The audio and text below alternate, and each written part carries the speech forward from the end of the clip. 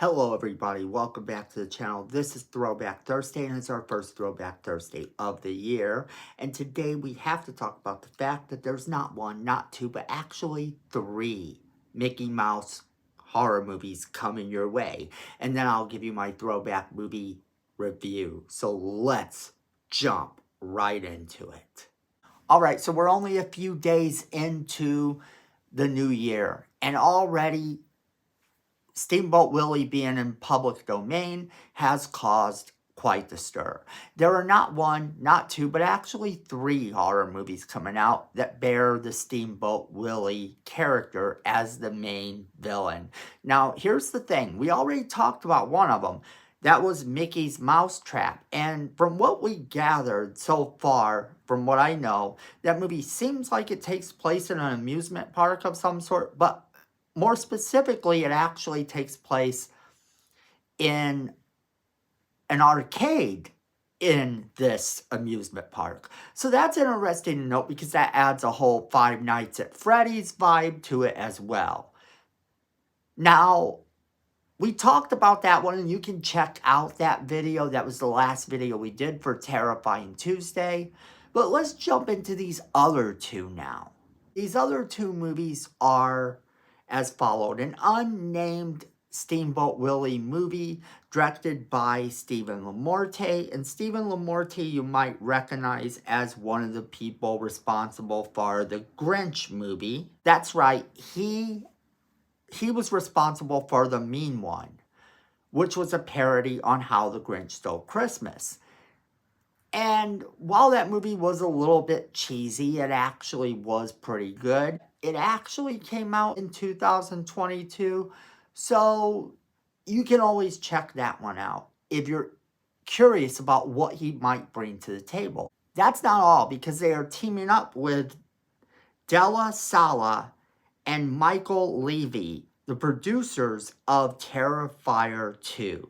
So we already know that the team that's given us this movie is teaming up with the people who brought us Terrifier 2. So not only is this the people who brought us The Mean One, but it is going to be in league with the people who were responsible for Terrifier 2. And we all know how crazy that one was. So that already gives us an idea as to how insane this one might be. Now, this one is different because it doesn't take place in an amusement park. It doesn't take place at some arcade. No. This one's actually going to take place on a ferry. So it's him stalking and killing these people aboard a ferry boat. So that's something. It may not be a steamboat, but it's the closest thing I think we could get. So that's the first movie. And the character will not be known as Mickey Mouse. He will legitimately be known as Steamboat Willie. That brings us to the next one, Steamboat Willie, Blood on the Water. A guy named Randall inherits a remote riverfront property and experiences strange phenomena. The locals have been spinning tales about a possible giant group of rat men, and he hopes to prove them wrong, but of course, he's not going to prove them wrong, because it wouldn't be a horror movie if he did.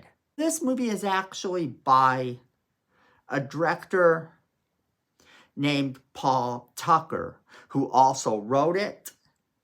And he is also responsible for a music video by a group I guess is called Joystick. I've never heard of them. If you've heard of them, let me know in the comments. And then also, he is responsible for two upcoming movies that should kind of let you know what to expect from him going forward with some of his movies. Also kind of let you know what to expect from this movie as well. And that is Sharks Giving and Amityville NATO. So, yeah, if those two movies don't tell you what to expect with this director, then I don't know what to tell you. But it seems like he's going to have a little bit of fun with this as well, being that it's in public domain. Now, he also was an actor in the movie Looper at one point, But since then, he has done a lot of really low budget, strange little movies. So if you're interested, you can kind of check him out as well. This brings us to our throwback movie of the week. And what is our throwback movie of the week? Well, our throwback movie of the week is The Thing from Another World from 1951. And this movie's really cool because it takes place in an Arctic outpost with a group of scientists and some Air Force people actually battling off a bloodthirsty creature. Wait, does that sound familiar? Because it should. John Carpenter actually took this movie out of public domain and actually remade it. Although at the time, I'm not sure if it was in public domain when he got to do it or not, but it is now. And the thing of it is, this movie is a classic. And it's a classic because of what John Carpenter did, but also because of the movie itself. The movie was very unique, and as cheesy and low budget as it was for its time, it was pretty good. For its time, it actually scared people. There are a couple things to note about this movie that you might find kind of interesting. It was directed by Christian Nyby and Howard Hawks.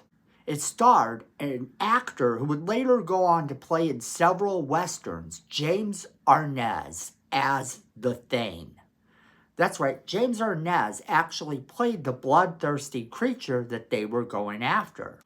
Now, originally it was intended to make the creature a shapeshifter, which would later happen. This was actually the case in the novel, Who Goes There, that it was actually based on. But it was not the case in this movie because of budgetary restraints, I guess. But they decided to drop it because of these budget constraints, and it would seemingly return when John Carpenter remade it. The close-ups of the Thing were actually removed because they didn't want to give a close-up of the creature because they wanted it to seem more mysterious, which is a good effect. It's something we could learn from in today's movies. The film was, like I said, based on a book, actually a novella, called Who Goes There by Don A. Stewart. He's listed in the credits of this movie under his real name, John W. Campbell. However, when he wrote the book, he wrote it under Don A. Stewart. The movie is actually very good, and you could do a lot worse than to watch this movie or the John Carpenter version of the movie that helped to make this one the movie that it should be. Because this movie is a classic, but you can say the exact same thing about the John Carpenter movie as well. But as always, I definitely want to know what you guys think. If you have seen this movie or the John Carpenter version, let me know what you thought of them. As always, we want to know what you guys think.